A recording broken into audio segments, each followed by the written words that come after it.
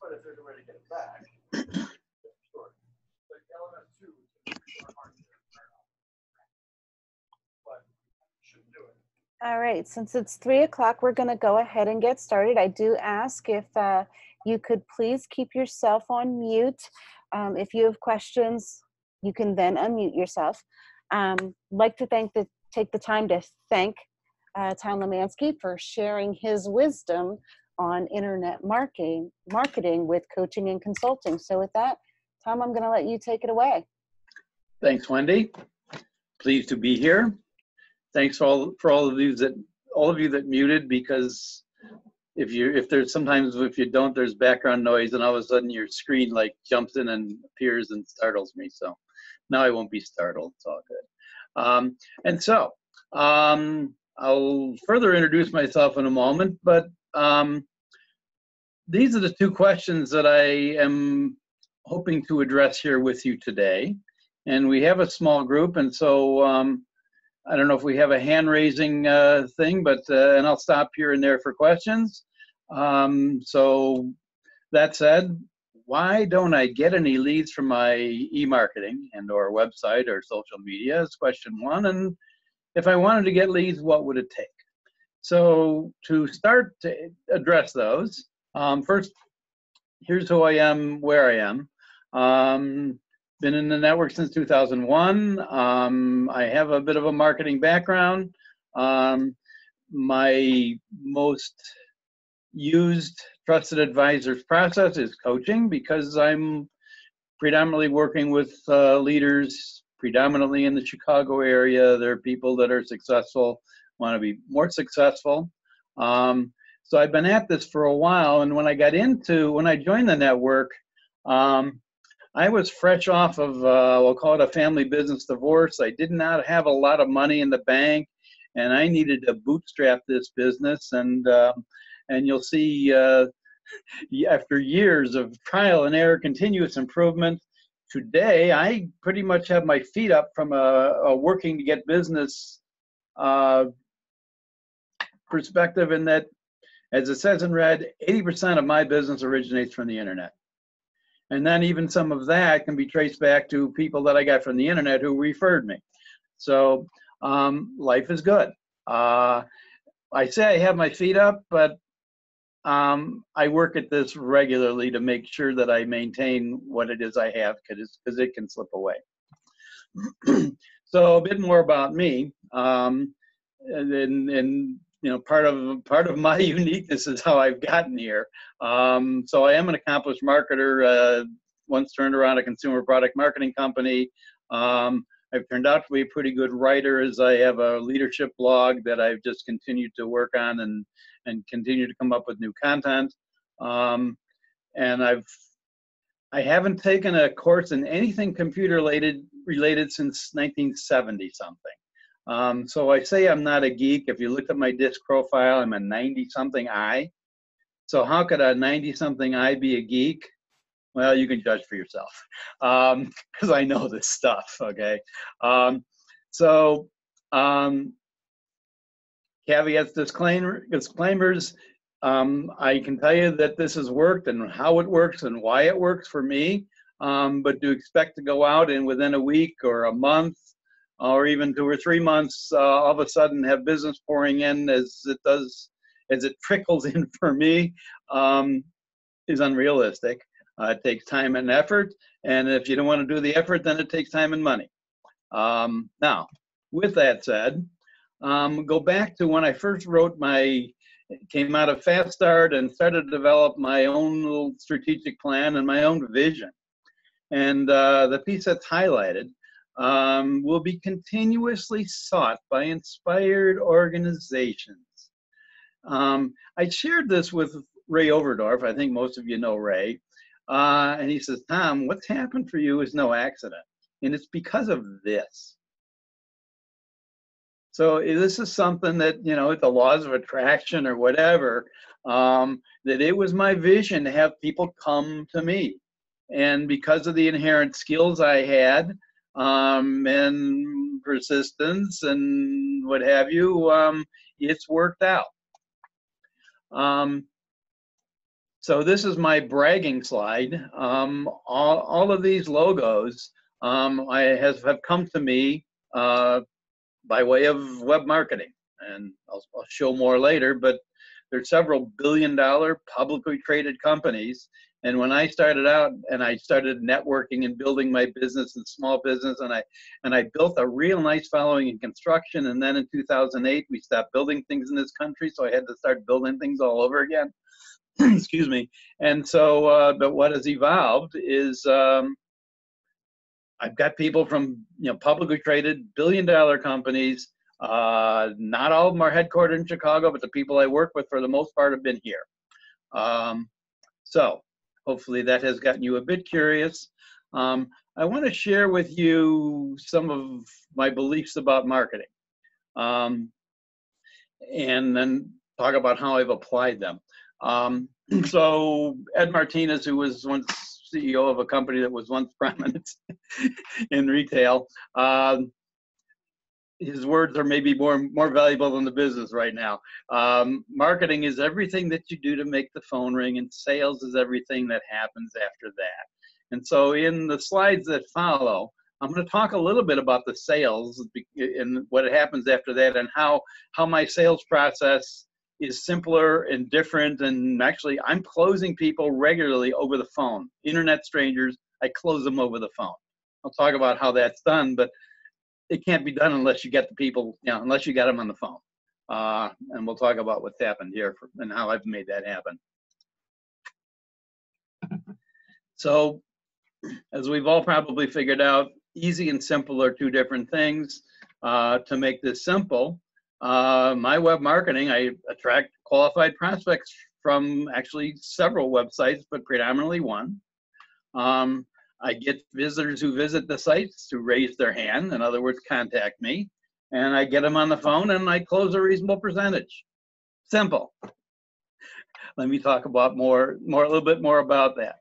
So in 2001, I came out of Fast Start. I don't know what we're calling Fast Start today because I haven't been there, but I came out of Fast Start, and this was my brain. This was my brain on rack, if you will. And I had some web skills, and I went home from Reading, and I started to build web pages about all the conceptual stuff, and I just put it all up there and put all kinds of content. Okay. And that helped me, you know, remember, internalize, and all that stuff. But from a marketer, I believe that having a mind that looks like this is a trap. And I'm going to give you 3 reasons why I believe that. The military axiom: when you defend everything, you defend nothing. And so someone that has a need that comes to you, and if you are, you know, there's that phrase, you're puking on your prospect. If you're just spouting all of this stuff, it's too much, right? So, you know, and my original website, which is still around, gives me no business. Vista-development.com has all this stuff on it. It doesn't work for, it's a validator, but it doesn't get people to raise their hands and say, I want to work with you. The late and wonderful Zig Ziglar gave us a quote on a similar concept.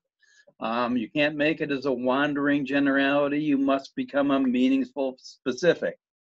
And just to utilize the power of 3, here's one more thing from a book that I once used to turn around this consumer products company I found myself running one day.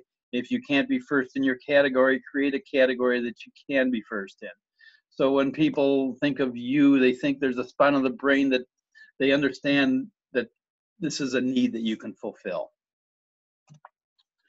And so we talk, you know, in sales, we talk about centers of influence. And these people are my most significant center of influence. If I thought they would read a Christmas card I would send to them, and if I knew where to send it to them, I would send them a Christmas card every year and thank you note for all the business that they send me. But for the most part, it's robots, and what good would that do? So let's talk about who are these people and how is it that I have gotten them to become a center of influence for me. And to keep it simple, there's one word that we really need to remember if we're trying to get them to influence people to come to us, and that word is relevance.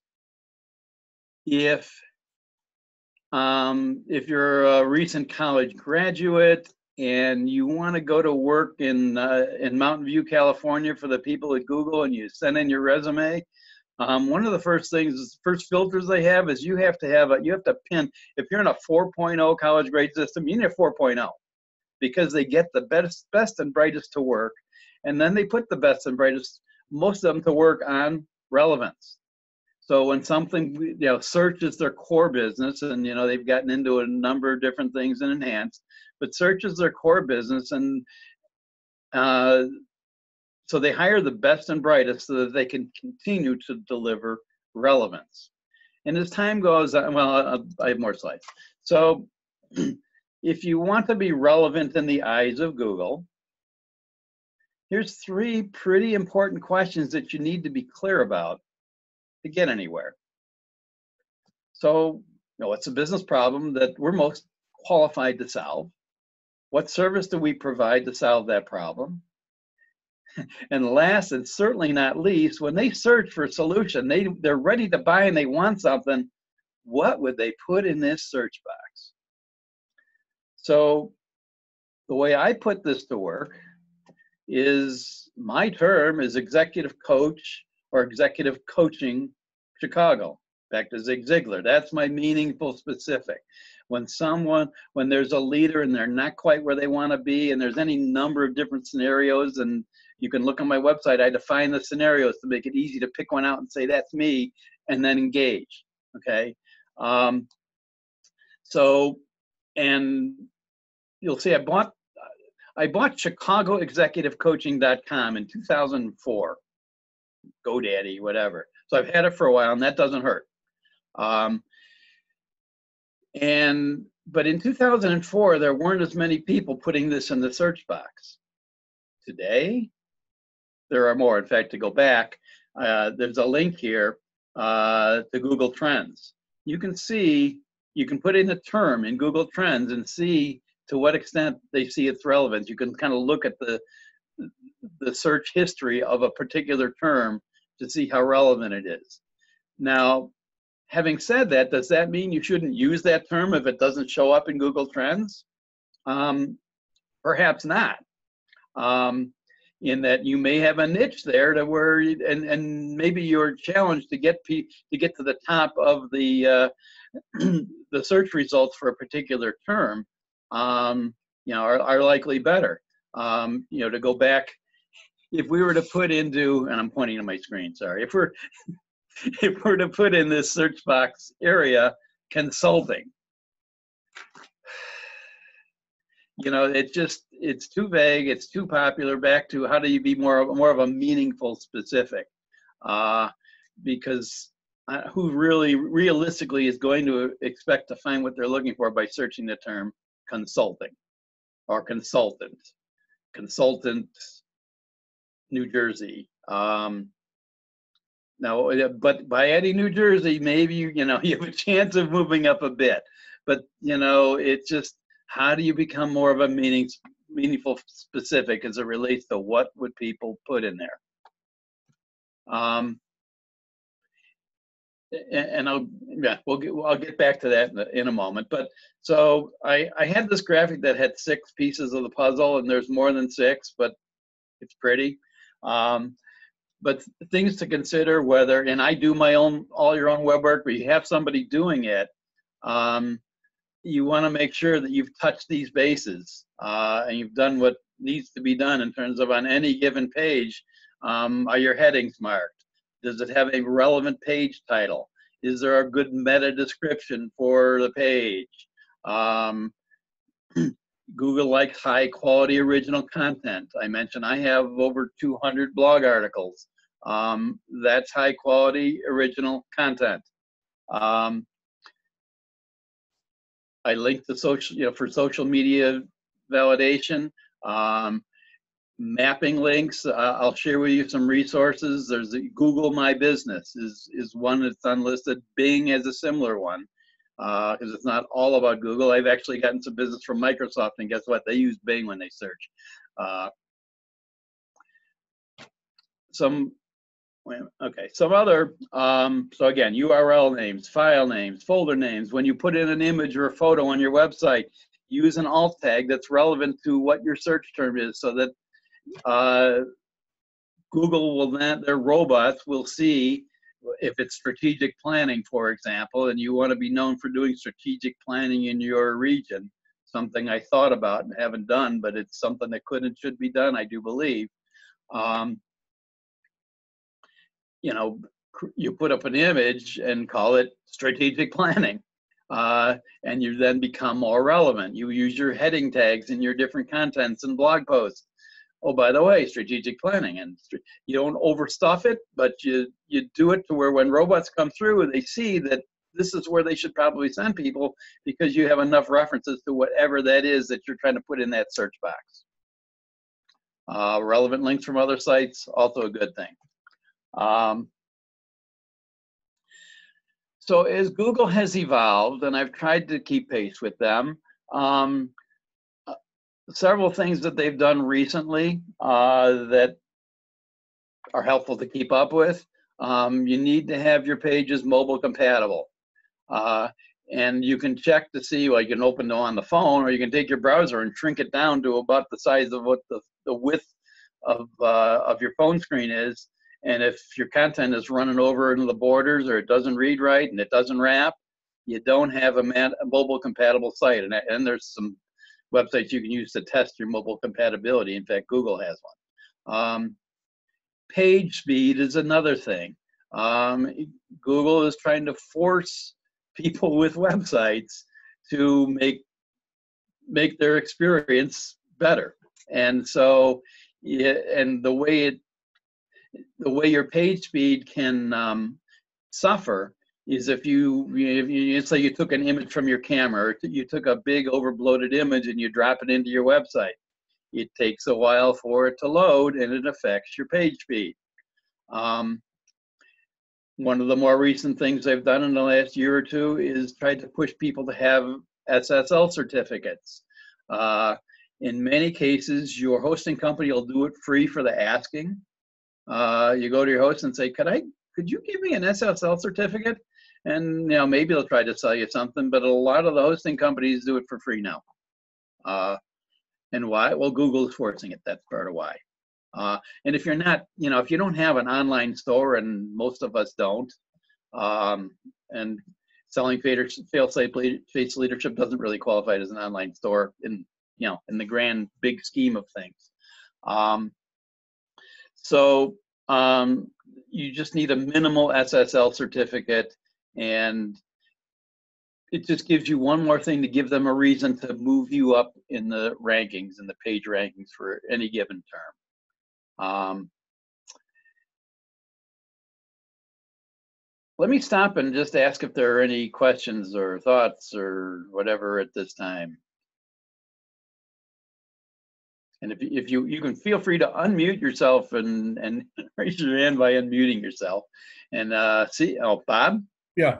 Hey, Tom, I don't want to get you away from Google and where you're going here, but do you do a lot with LinkedIn, or are you going to get into that, or are you just able to get what you need done through Google? I'll tell you, so I'm going to get into it a little bit, and when we're there, feel free to ask again. Okay, very good. Thank you. Yeah, I'll talk about it. I have social media. That said, and I'll show you how. I'm not. In fact, Wendy initially came to me and said, can you do a session on social media? And I went, that's not really the title I should be doing, because I'll show you how I use it. and I'll show you why I don't do a lot of it. I have some prejudices about why I don't do a lot of it. But, do I believe that a lot of our prospective clients are there? Yes, I do. And of all the social media platforms, I think, there's the most potential to do things there. Mhm. But to get ahead of myself a little bit, I don't like their publishing platform. I'd rather use my own platform Mhm. and then link to it. So I use social media to get things to point to me. Okay?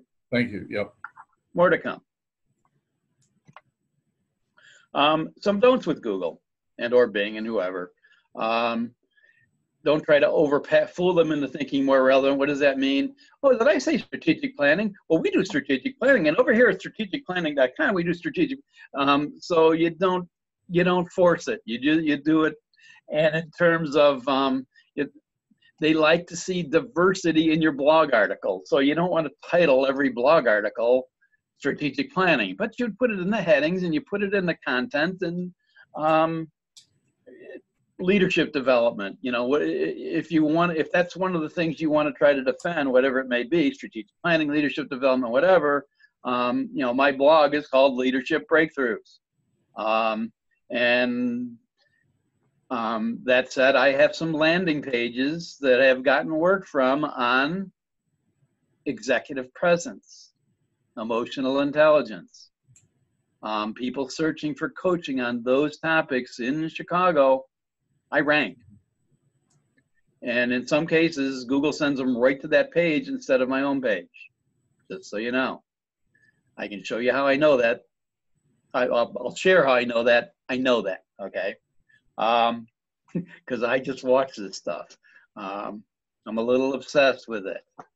So and I'll just share my obsession so you don't have to be. When I write blog articles, I'm writing it for people. And will I try to be conscious and put in certain headings? Sometimes, but usually I'm writing because I know that, my target audience they're high Ds in many cases, right?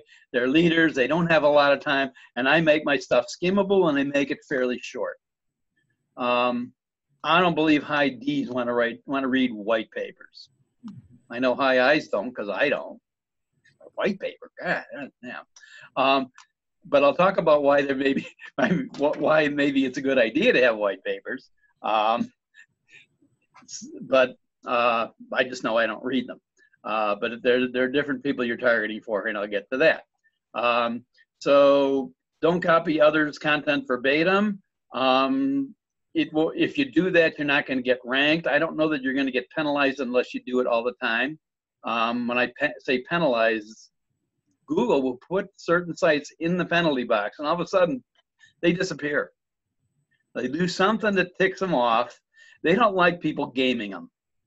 And so just a little bit of history, maybe on another slide. Originally, when Google came to prominence, there was Yahoo, and there were other sites going back, 20 years. But all of a sudden, everybody, Google became a verb. We get it. And it started with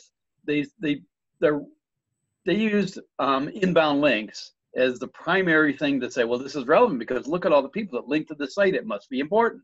And those are the people that moved up. So people that wanted to move up went, oh, okay.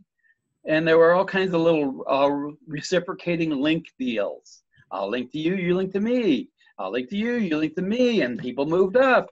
And then the brilliant people that Google hired goes, people are gaming us. That's unacceptable.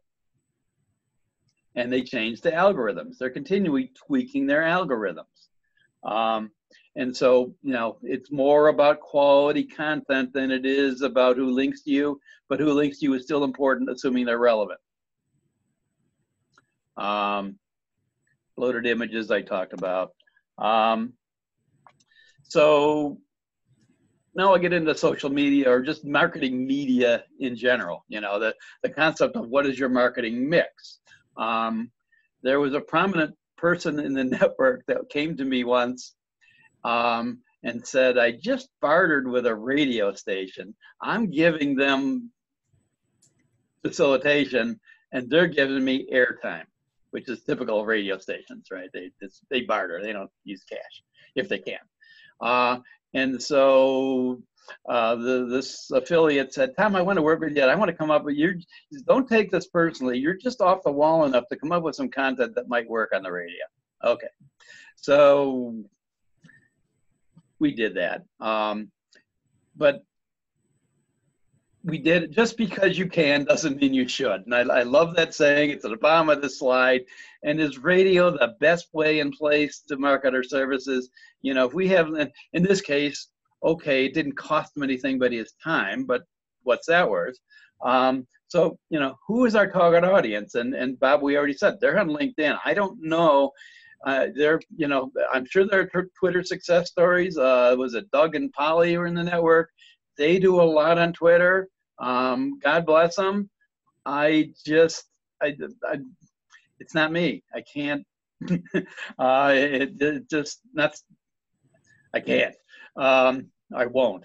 I could, but I won't. Just because you can, right? So, you know, who's our target audience? What's our message? And what's the best media? So, you know, LinkedIn could, maybe should be a good media. I'll show you how I use it, but I don't know that it's best practice. And why I don't use, I talked a little bit about why. I'll talk some more about why I don't use their publishing thing, but putting things, you know, status updates, and, you know, you stay in front of your followers. And maybe you're not as selective about who you connect with, to where you have an audience and maybe they share. You know, it's a media. So, you know, and is my audience on Facebook? Well, they might, but I'm not. I don't hope to try to reach them on Facebook. I have I have a Facebook page for my coaching business. So a little bit of Hey, social. Tom.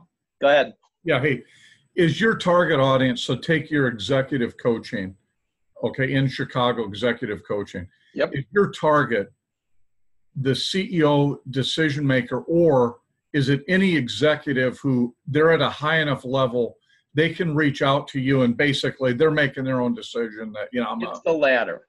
okay. You know, I had those logos of billion-dollar companies. I will confess, I'm not working with the CEO of Morningstar. I'm not working with the CEO of Alex Consulting. I'm not, no, you know, and actually I can pull up my copy, but in effect, well, for now, it's the latter. And there are two scenarios in terms of visitors that raise their hands for me. HR people, they have somebody, it's somebody that they're promoted, and they want to make sure that the promotion goes well, right? Taking supervisors and super producers, making them supervisors, a great old concept, right? So that's a scenario. Another scenario, I don't address it directly, I address it subtly, is I just got my first neutral or negative review. I just got a new boss and it ain't working. In those cases, individuals come to me, and in some cases, it's a covert coaching operation. I don't want anyone to know you're coaching me, but I got to have some help. Gotcha. And then one other thing, Sure. At what point in this process do the assessments play into your pitch or your effort or whatever? Where are you at with Intermetrics in what you do? So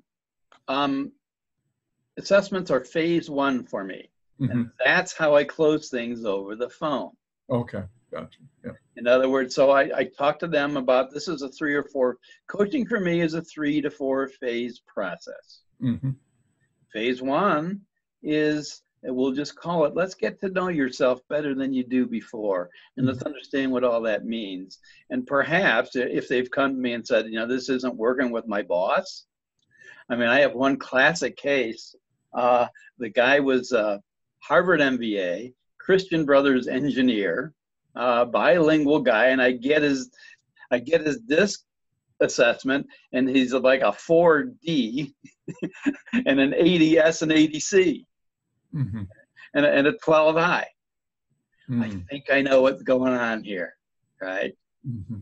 So that's phase one, and in this case, I worked myself out of a job in phase one. I got paid. Mhm. I do not give assessments away. I believe in the value of what I bring in debriefing those assessments. And frankly, I don't need to give them away. I can close them over the phone. Mhm. It's because I have more slides, but they have people that are reaching out to me, they have an active need. They're Mhm. going to buy something from somebody. Might as well be me if I can Yeah. get them, right?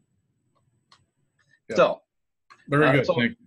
search works for me, but now you'll get my little rant on social media. So, when we first, Facebook started to gain prominence, and Twitter gained prominence, and LinkedIn's been around maybe longer than all of them. But for me, when it came apart, it's still almost summertime. You think about the sun goes down on a warm summer night, and we turn the porch light on. And what happens when we turn the porch light on? Well, we get that. Okay. And so for me, social media, as it first was introduced, it was like the porch light. Everybody ran, and a lot of people got burnt, and they were just randomly going to that light without why, right? And so, if the media makes sense, and to our earlier discussion, yeah, LinkedIn is where our people are, and should I leverage it better than? Is that an opportunity for all of us? I think it is. But we have these, and I just put these three on. I do not have an Instagram account. I do nothing with Pinterest. If a blog is a social media and RSS is social media, yeah, that would be number one. Okay, for me. And so here I have, here's RSS, and now let's think about maybe YouTube is social media. That's another opportunity that, quick quiz, who owns YouTube? Oh, it's these people down here. It's Google owns YouTube. And it's a nice SEO practice to have quality content on a YouTube channel. And link it, embed it. It's real easy to embed anything you do on YouTube into a WordPress. I'm a WordPress person. At least I am now. And so, why? Well, for me, I do it to make my blog content more relevant to Google. When people like things that I done, so every time I publish, there's a thing in WordPress to where as soon as you press the publish button, you can set it up to where it goes to your business Facebook page. It creates a Twitter post, and it creates a LinkedIn status update. Boom, automatically. I got to be real careful when I touch press publish as opposed to save as draft, because boom, out it goes. And taking it back is a pain. So, but that's why I do it. It's because SEO is what works for me. Social media is just a tool for more SEO relevance. Mm-hmm. Yep. Okay. Yep. Is there more potential for me? I mean, I know there's potential with YouTube, and I'm going to get a tripod one of these days and just make videos of my phone and then edit them and put some good stuff up, or even just use my web camera that I'm using now. So there's potential. I just haven't gotten off or sat in this chair long enough with enough initiative to do it. So now I want to talk about we talked about LinkedIn, and this is why I don't want to publish there, at least not initially. So ownership versus rentership. So on Facebook, LinkedIn, Twitter, on Yelp, anytime that there's a terms of service agreement that you're clicking, whether you remember it or not, you clicked it, and now they own the property, and you're renting that property. And anytime they could evict you, they can change the rules, they can, and so you have more ownership and control when you're the owner of your website.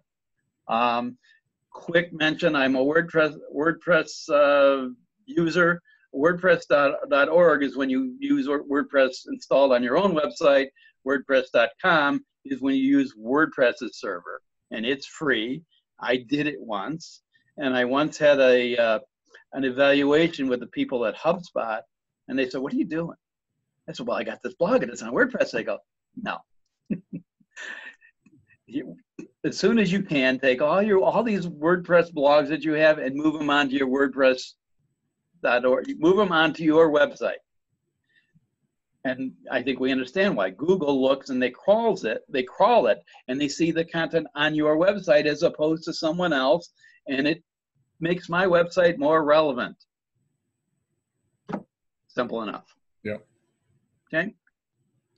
The other little bullet, this last bullet, you have a website and you're letting your web people take care of the registration for you. I have seen 2 significant situations where the owner of the site just assumed that their webmaster was going to take care of things for them. And in one case, it was a Chamber of Commerce I was a member of. They used some guy from Northwestern University, thought he was wonderful. And I don't know, he got hit by a bus, he just disappeared, and their website went down.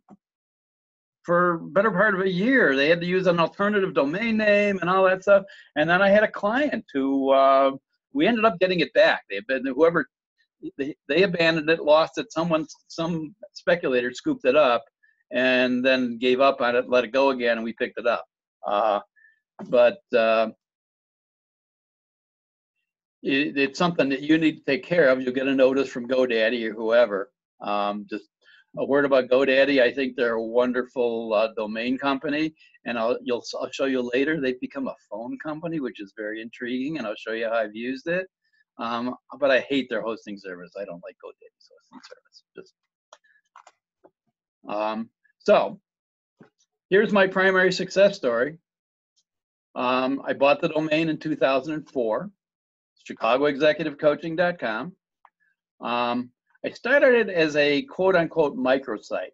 And what do I mean by that? It was a satellite site that just had about 5 pages, a little bit about me, and there's a contact form, and okay.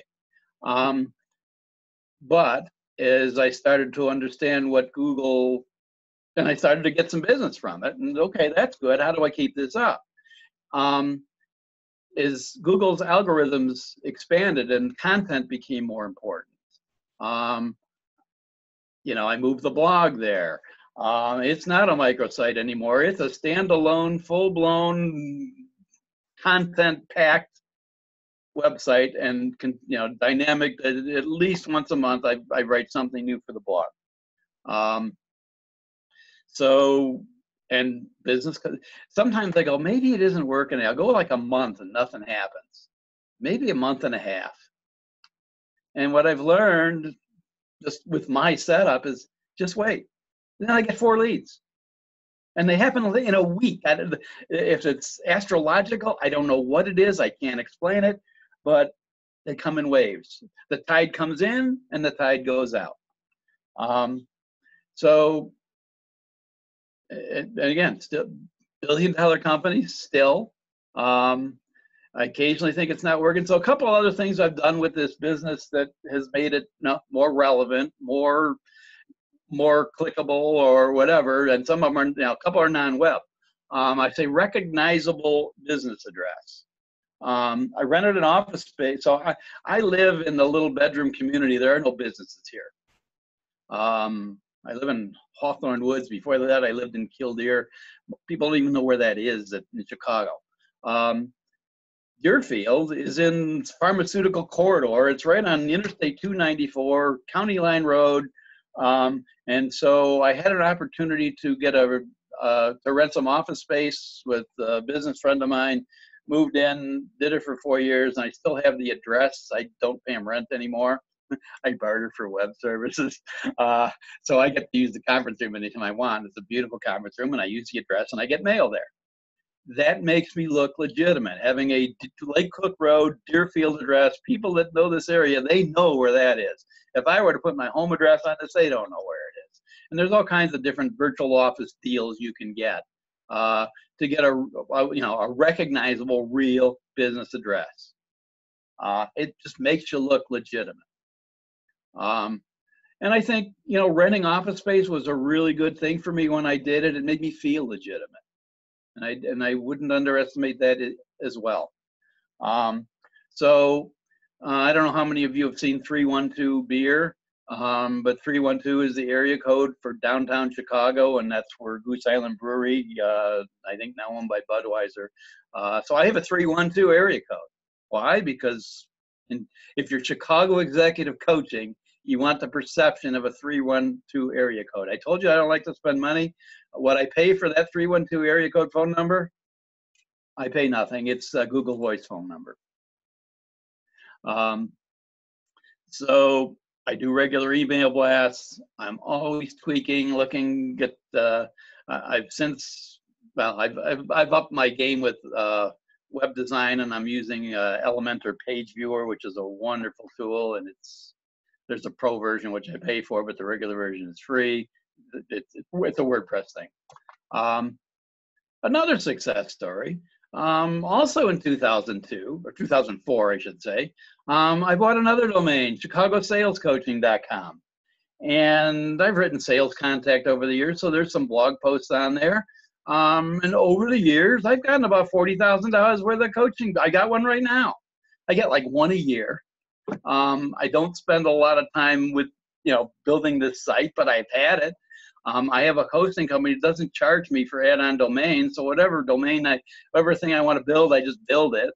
And so $40,000 that's in my bank account or came through my bank account, and I spend it. Sure, better than not having $40,000. And am I okay with doing sales coaching? Yeah, very much so when it fits. And the gig I have right now is for a corrugated box company, a young salesperson. And it's a great coaching engagement. I'll do anything I think that it can be a significant win for both parties. And when it works, it works. I get my closing ratio on these isn't as good, and they don't come as frequently, but it's fishing. You put a line in the water, and sometimes you get a bite and sometimes you reel it in. So that's work with this one. There's a bullet here, starts with why. And I did a quarterly breakout on Start With Why one time because I'm a big Simon Sinek fan. And I'm trying to remember, in other words, the copy on this says something like, at Chicago Sales Coaching, we believe that sales is something that you do with someone, not to someone. And so, ... And I believe in this whole Start With Why concept. And I think a lot of what business I get from here, a lot of it is I've set that hook, if you will. And I do believe it. So that's another success story. Number 3, so there's a dot on this map that shows where I live. This is my office, this yellow-orange dot. And so here's the city of Chicago.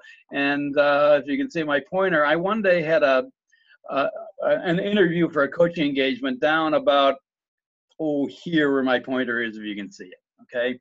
And I came back from, it was an 8:30 a.m. meeting, and with traffic in this city, I left 2 hours in advance because I couldn't be late.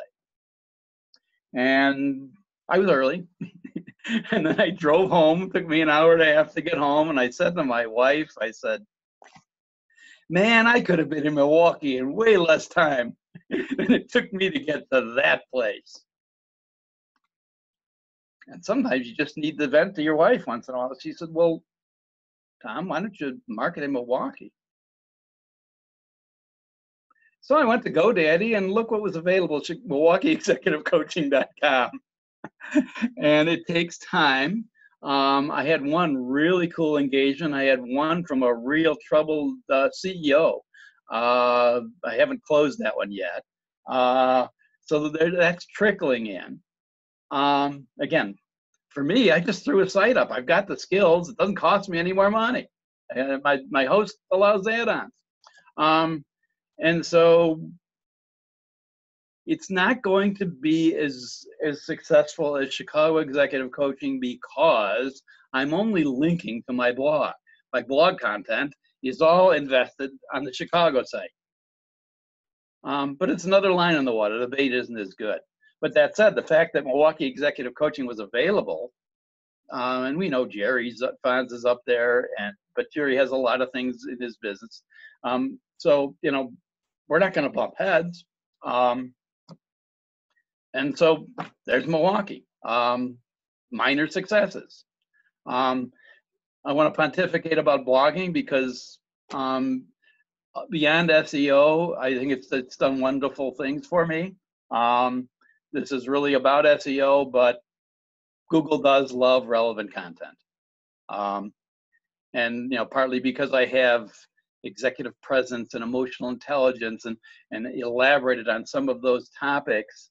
And well, any number of topics that, you know, that inspire me and I write about, and it makes me more relevant in the eyes of Google. So if you're not doing it, here's some reasons you should. It validates your expertise. People that do go through your site can see that you kind of know what you're doing. Google loves it, as I mentioned. And you can use some legitimate SEO tactics by putting headings and things in your blog article. I'll talk a little bit about that in a moment. You want to write for your audience, not Google, and pack your headings with meaningless things.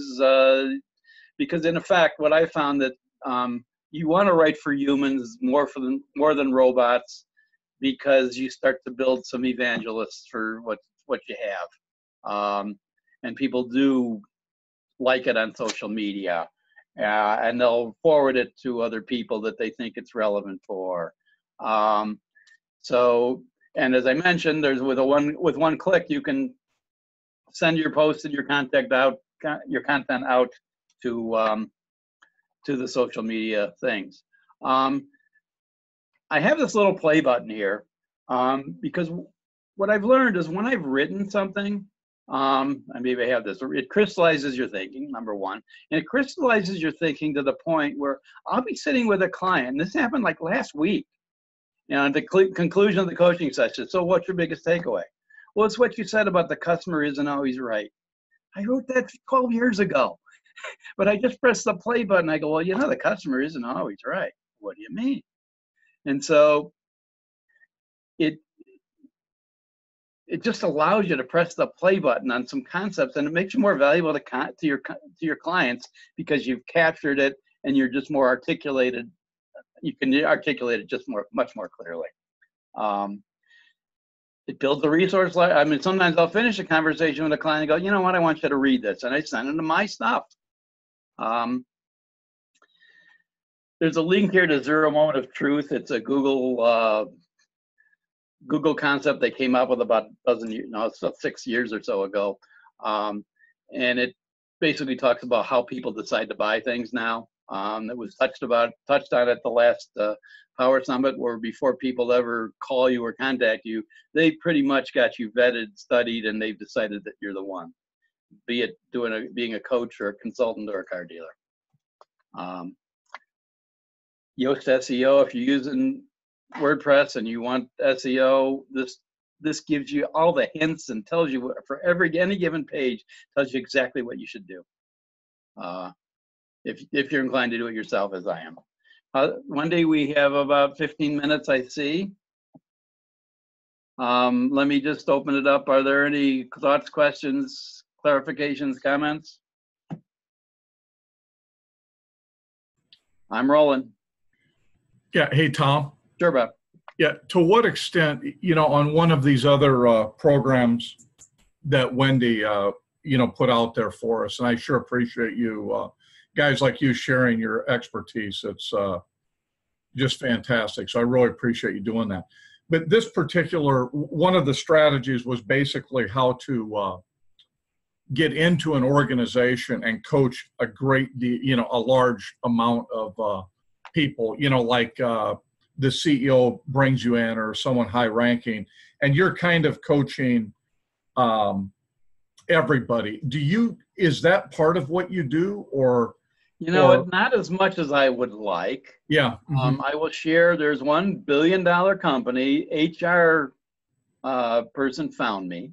Mhm. And the initial engagement was kind of an emotional executive presence, basically. And the woman that I coached in this case, and DISC is just a wonderful introduction because you can see where their issues with executive presence is. Mhm. So this was a high C, high S. I mean, a certifiable introvert. Mhm. And so what's the emotion? And she did board presentations and her knees would be knocking, right?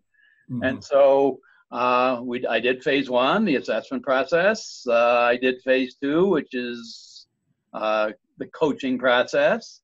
And at the end of it, I asked her, and I got some validation from people above her, but I said, on a scale of 1 to 10, how would you rate your level of confidence, your level of presentation confidence before we started working together? She said, oh, about a 4. And I said, and now? 7. Which is about, I think, considering her disc chart, Yeah. about as, I mean, first of all, it's a huge improvement, and if they allowed me to work a bit more with her, it could have gone up a bit more, but that's a success. And I'm now their executive presence guy. Mhm. The HR person has given me 2 other executive presence people, but again, you can use DISC to understand where this needs to go. One was a fairly high I, and he was sloppy. And his sloppiness and inattention to details in front of the board at a very conservative financial services type company wasn't playing. And actually, it was the financial services, the C-level position as chief tax officer was the one they were grooming him to be chief tax officer. And he was just, a little too casual for all these very conservative people in the place. So just a couple of interesting. So, it's happened. I had one other, I know the smaller financial services company, and I did everybody, the whole executive team, but they were like all 6 of them. Mhm.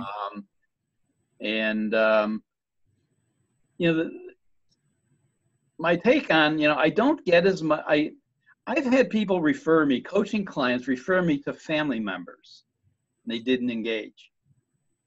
One woman, great coaching client, great success. She has a twin sister. Did her twin sister hire me? Nope. When the student is ready, the teacher will appear. Actually, her other sister hired me. I had a woman refer me to her husband. Did her husband hire me? No. Mhm. And you would think from a spouse goes, this guy Tom is incredible, whatever.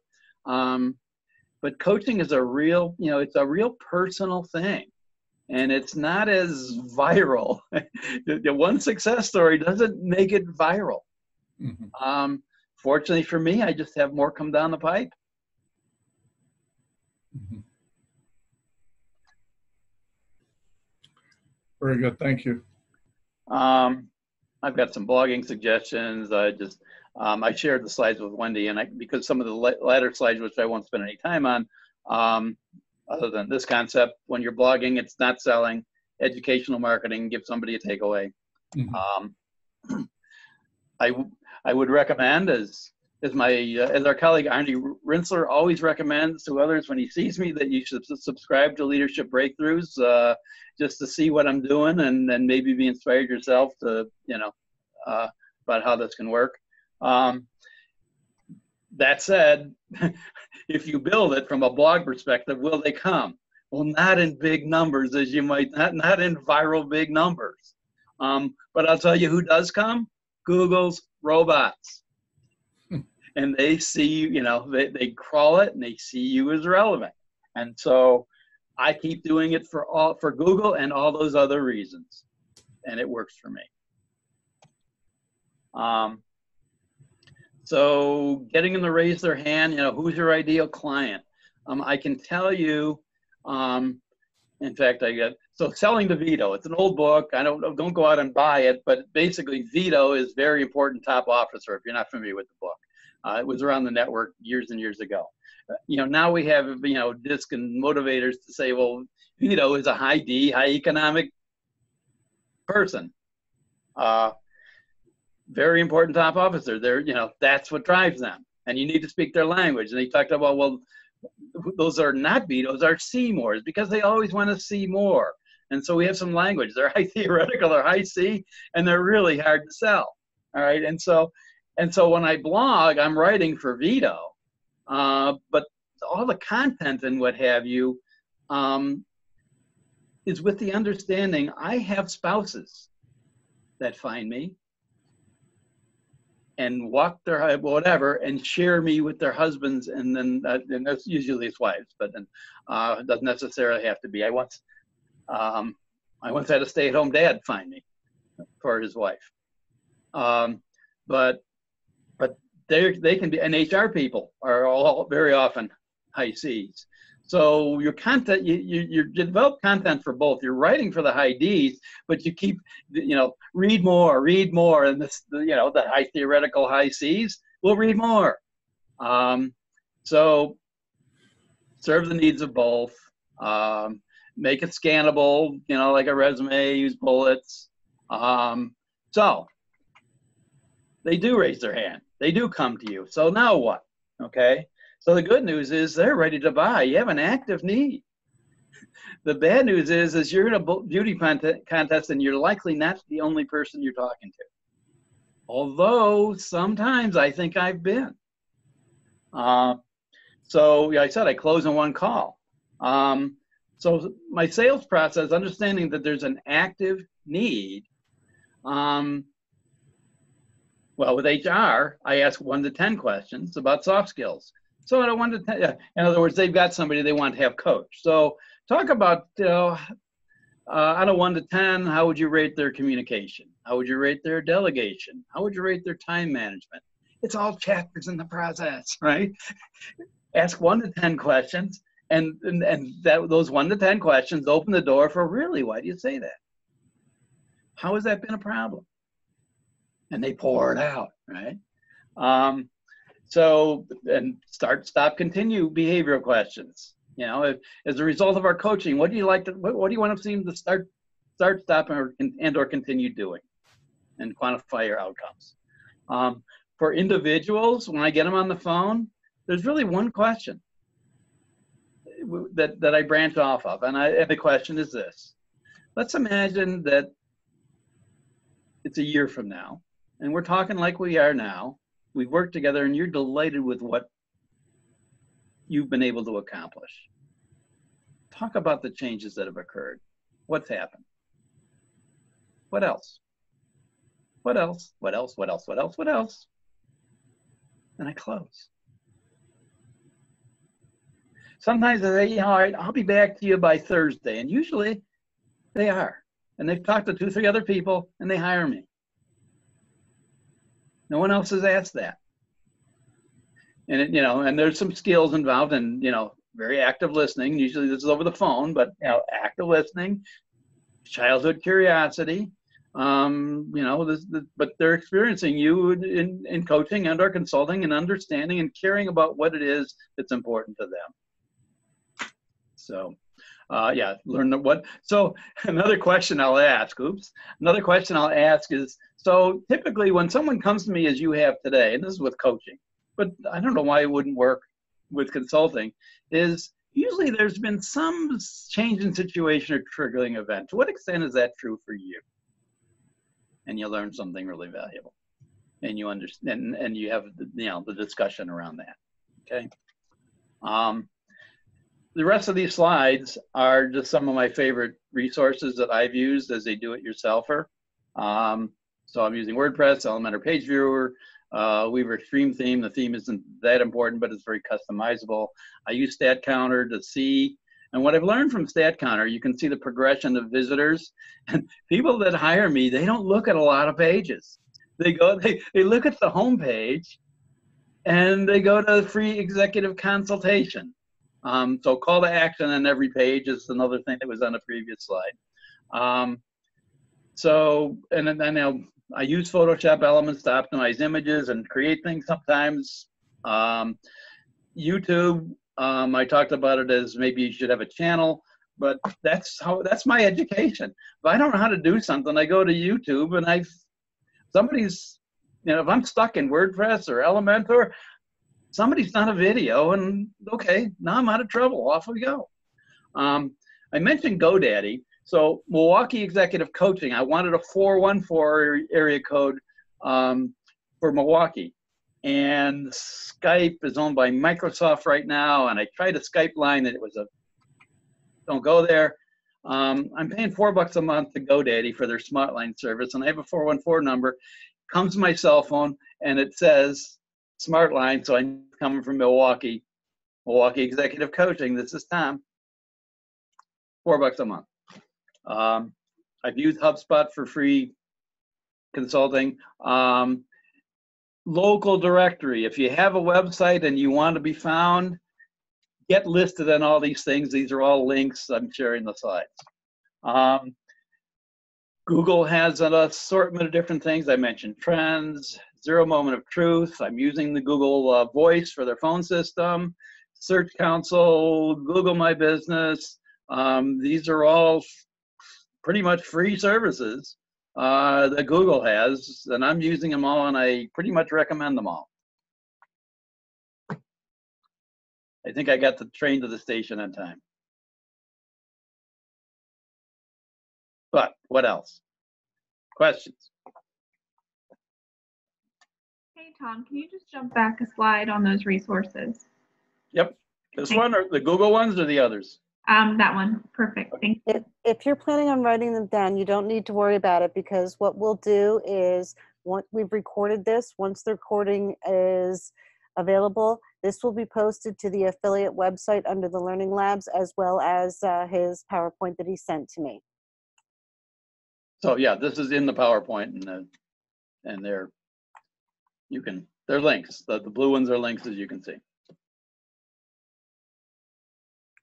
Yeah, and in particular, I recommend, these you can do yourself. I wouldn't pay anybody. Just go in and make sure that, and man, I've had some heated discussions with Yelp, and I don't like them, and I think they have an extortionist business model, but that doesn't mean I don't want to be listed in Yelp because that's the SEO.